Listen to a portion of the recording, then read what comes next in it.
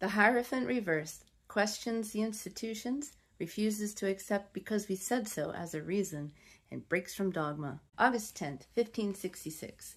A hatmaker turned preacher stood outside a small Flemish town and lit a fuse that would burn for 80 years. His name was Sebastiaan Matte.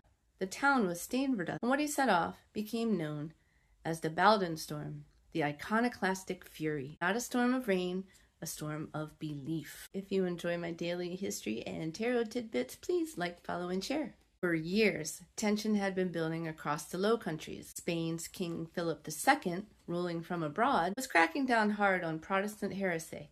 Add in poor harvests, rising unemployment, and a textile economy in trouble, and you have a population running on empty. Just months earlier, a group of lower noblemen had petitioned the Spanish governor for religious tolerance, dismissed as good beggars. Soon, Gurzen became the rallying name for the entire resistance movement. Matte's sermon that day ended with a crowd marching to a nearby monastery chapel and tearing it apart, smashing statues, defacing altars, destroying centuries of religious art.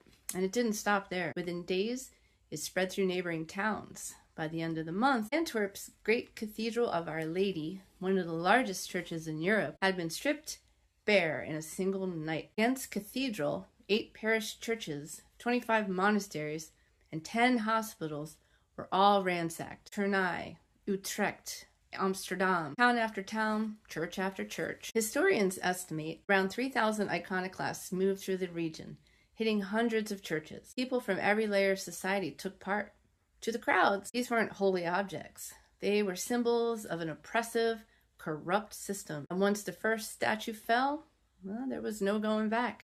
Spain's response was brutal. Within a year, the Duke of Alba arrived with an army and a tribunal so ruthless it earned the nickname the Council of Blood.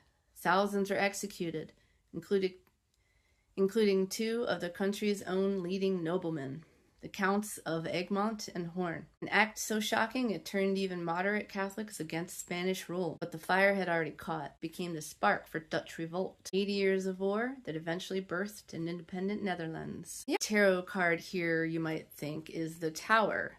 And it's not wrong, but I want to give you one that you haven't seen from me before. The Heirophant Reversed. Upright, the Hierophant is tradition, institution, the keeper of doctrine, the priest, the pope, the sanctioned way of believing. Reversed, it's rebellion against exactly that, questioning the institution, refusing to accept because we said so as a reason to believe, breaking from dogma to find your own relationship with the sacred. That's the Baldenstorm. This wasn't chaos for its own sake. It was people rejecting an imposed structure of belief, reaching however violently for something that felt more honest to them.